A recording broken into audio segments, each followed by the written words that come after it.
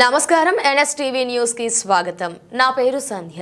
ఇక వార్తల్లోని ముఖ్యాంశాలను ఇప్పుడు చూద్దాం. తిరుపతి జిల్లా శ్రీకాళహస్తి ఆగమయుక్తంగా త్రిశూల స్నానం. శ్రీకాళహస్తీశ్వర స్వామివారి దేవస్థానం ఆధ్వర్యంలో స్వర్ణముఖి నది పుష్కరం కనుల పండుగగా సాగింది. ప్రతి 12 ఏళ్లకోసారి నదులకు పుష్కరాలు నిర్వహిస్తుంటారు. అయితే స్వర్ణముఖి నదికి ప్రతి ఏటా పుష్కరం నిర్వహించడం ఆనవాయితీ. ఈ పుష్కరాన్ని ఏటి ఉత్సవం, త్రిశూల స్నానం అని కూడా అంటారు. పుష్కరం సందర్భంగా శాస్త్రోక్తంగా సద్యోముక్తి వ్రతం, చక్ర స్నానం, త్రిశూల స్నానం, పూజా కార్యక్రమాలు నిర్వహించారు. పంచమూర్తులకు ప్రత్యేక అభిషేకాలు, పూజలు జరిగాయి. పూజల కోసం నదిలో ప్రత్యేకంగా ఏర్పాటు చేసిన కోనేరు వద్ద వేద పండితులు పంచమూర్తులకు శాస్త్రోక్తంగా సద్యోముక్తి వ్రతం చేశారు.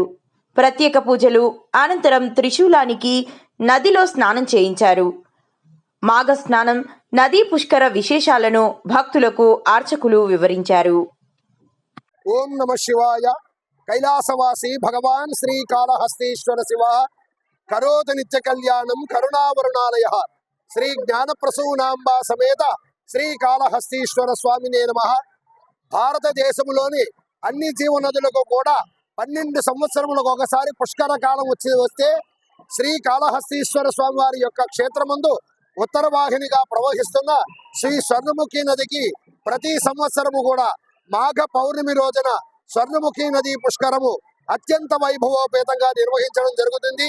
ఈ స్వర్ణముఖి నది పుష్కరం రోజున శ్రీ జ్ఞానప్రసూనాంబ సమేత శ్రీకాళహస్తీశ్వర స్వామి వారి యొక్క ఆలయము నుండి, అలంకార మండపము నుండి కూడా పంచమూర్తులు విఘ్నేశ్వరుడు, సుబ్రహ్మణ్య స్వామి, శ్రీ స్వామి అమ్మవారులు, దుర్గాదేవి, అటుబెంబడ చండికేశ్వరుడు పంచమూర్తులను కూడా అలంకార మండపం నుంచి ప్రదక్షిణముగా తీసుకొని స్వర్ణముఖి నదిలో ఉంచి విశేషంగా విఘ్నేశ్వర పూజ, పుణ్యాహవాచనము, అటుబెంబడ త్రిశూల పూజ, అటుబెంబడ స్వామి అమ్మవారికి కూడా విశేషంగా ధూప దీప నైవేద్యాల పూజలు కూడా సమర్పించిన వెంబడ సద్యోముక్తి యొక్క వ్రతమును, వ్రత విధానమును, వ్రత మహత్వను కూడా భక్తులందరికీ తెలిపి అటు వెంబడ త్రిశూల స్థానము స్వర్ణముఖి నదిలో అత్యంత వైభవోపేతంగా నిర్వహించడం జరుగుతుంది.